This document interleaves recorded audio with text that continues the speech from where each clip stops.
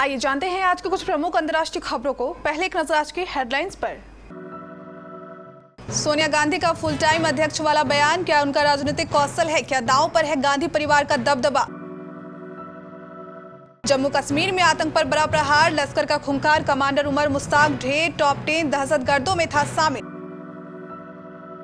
फिर बदलेगा मौसम का मिजाज, दिल्ली समेत इन राज्यों में 19 अक्टूबर तक बारिश। CWC मीटिंग में सोनिया गांधी की नसीहत, में फुल टाइम अध्यक्ष हूं, मीडिया के जरिए न करे बात। मृतक लखबीर का शव परिजनों को सौंपा, गोपनीय रखा पूरा आवागमन, बेअदबी के आरोप में कर रही थी हत्या। बुढ़ापा और आने वाला जन्म बिगड़ जाएगा, कबड्डी खेलते वक्त का वीडियो वायरल करने पर सांसद प्रज्ञा सिंह ने युवक को दिया श्राप। पीएम मोदी पर उद्धव ठाकरे का तंज, बोले मैं फकीर नहीं जो झोला उठाकर चल दूंगा। अडानी विल्मर और स्टार हेल्थ की IPO अर्जी सेबी ने की मंजूरी। सरदार उधम में विक्की कौशल की दिखी दमदार एक्टिंग, विरोध के व्यापक सोच और शकल पेश करती है फिल्म की कहानी। एशिया कप खेलने पाकिस्तान जाएगी टीम इंडिया, जयसाग की अध्यक्षता में हुई बैठक, BCCI सचिव ने रमीज राजा को भेजा था IPL फाइनल में आने का न्योता। CWC की बैठक में कांग्रेस के असंतुष्ट नेताओं को सोनिया ने दो टूक कहा है कि मैं पूर्णकालिक अध्यक्ष की तरह काम करती हूं। ऐसा कहकर उन्होंने पंजाब में लिए गए फैसलों पर सवाल उठाने वाले G23 नेताओं को जवाब दे दिया है। कांग्रेस नेतृत्व पर लगातार उठ रहे सवालों के बीच कांग्रेस कार्य समिति की आज हुई बैठक में सोनिया गांधी ने अपने सख्त तेवर दिखाए। उन्होंने खुलकर कहा मैं हूं पूर्णकालिक अध्यक्ष।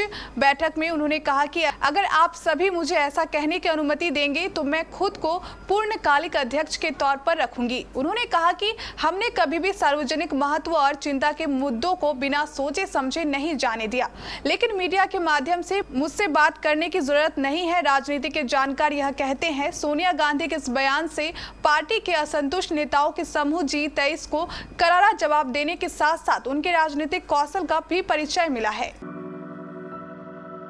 जम्मू कश्मीर के पुलवामा जिले के पंपोर इलाके में शनिवार को सुरक्षा बलों के साथ हुई मुठभेड़ में लश्कर-ए-तैयबा के कमांडर उमर मुश्ताक खांडे समेत 2 आतंकवादी मारे गए। मुश्ताक बेहद खूंखार आतंकी था और टॉप 10 आतंकियों की लिस्ट में शामिल था। आतंकियों के मारे जाने के बाद मौके से भारी मात्रा में हथियार और गोला बारूद की बरामदगी हुई है। खांडे इस साल की शुरुआत में यहाँ 2 पुलिसकर्मियों की हत्या में कथित रूप से शामिल था।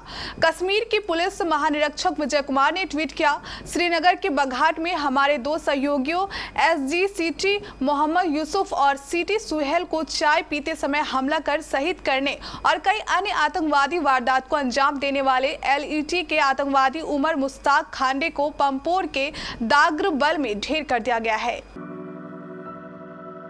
अगले कुछ घंटों में मौसम का मिजाज बदलने वाला है। मौसम विभाग ने कहा कि राष्ट्रीय राजधानी दिल्ली सहित कई राज्यों में पानी गिरने की संभावना है। भारतीय मौसम विज्ञान विभाग के मुताबिक उत्तर प्रदेश, दिल्ली, उड़ीसा समेत दक्षिण भारत के कुछ राज्यों में शनिवार को हल्की बारिश का अनुमान है। बंगाल की खाड़ी में बने दबाव की वजह से मौसम में ये बदलाव देखने को मिल सकता है। बारिश के बाद दिल्ली NCR के तापमान में गिरावट आ सकती है। एक तरह से कह सकते हैं कि दिल्ली में गुलाबी सर्दियां दस्तक दे सकती है। देश की राष्ट्रीय राजधानी दिल्ली में कांग्रेस मुख्यालय पर आज कांग्रेस वर्किंग कमेटी की बैठक हो रही है। सोनिया गांधी मीटिंग की अध्यक्षता कर रही है। मीटिंग में गांधी परिवार और G23 नेताओं के बीच टकराव देखने को मिला। CWC मीटिंग में सोनिया गांधी ने क्या कहा?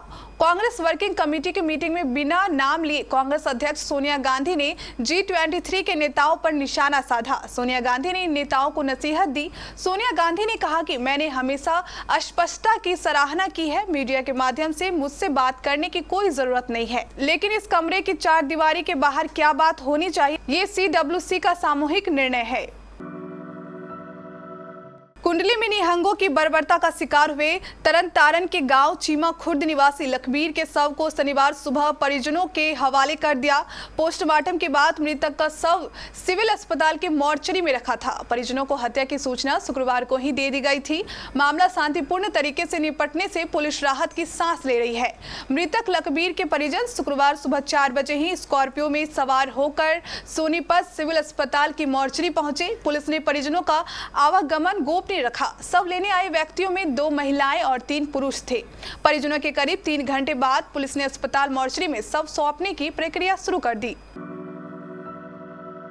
सांसद और साध्वी प्रज्ञा सिंह ठाकुर अक्सर अपने विवादास्पद बयानों को लेकर चर्चा में रहती है। उन्होंने एक बार फिर ऐसा ही एक बयान दे डाला है। सांसद एक मंच से लोगों को संबोधित कर रही थी। बोलते बोलते उन्होंने एक व्यक्ति को श्राप दे डाला। सांसद ने कहा कि एक युवक ने कुछ दिन पहले उनका कबड्डी का वीडियो वायरल कर दिया था। अब भी समय है, सुधर जाओ, नहीं तो बुढ़ापा और आने वाला जन्म बिगड़ जाएगा।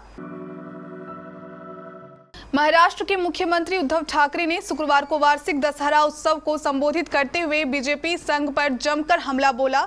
लेकिन सीएम उद्धव के संबोधन में हैरान करने वाली बात ये रही कि उन्होंने पीएम मोदी पर सीधा हमला किया। उद्धव ने तंज भरे अंदाज में उद्धव ने कहा कि मैं फकीर नहीं हूं जो झोला उठाकर चल दूंगा। उन्होंने कहा कि हिंदुत्व को बाहर वालों से नहीं बल्कि उन 9 हिंदुत्ववादियों से खतरा है जिन्होंने सत्ता हासिल करने के लिए हिंदुत्व का इस्तेमाल किया। सीएम ठाकरे ने हिंदुत्व को लेकर संघ प्रमुख मोहन भागवत पर निशाना साधते हुए कहा कि हिंदुत्व का मतलब राष्ट्र प्रेम है। बाला साहेब ने कहा था कि पहले हम देशवासी हैं, उसके बाद धर्म आता है। धर्म घर पर रख हम जब बाहर निकलते हैं तब देश हमारा धर्म होता है। हमारे रास्ते अलग हो सकते हैं लेकिन विचारधारा हिंदुत्व की एक जैसी है। हम इसलिए भाजपा के साथ गए थे लेकिन उन्होंने वादा पूरा नहीं किया, नहीं तो हम साथ ही रहते। मैं इसलिए सीएम बना क्योंकि मैंने बाला साहेब से वादा किया था कि एक दिन शिवसैनिक भी सीएम बनेगा।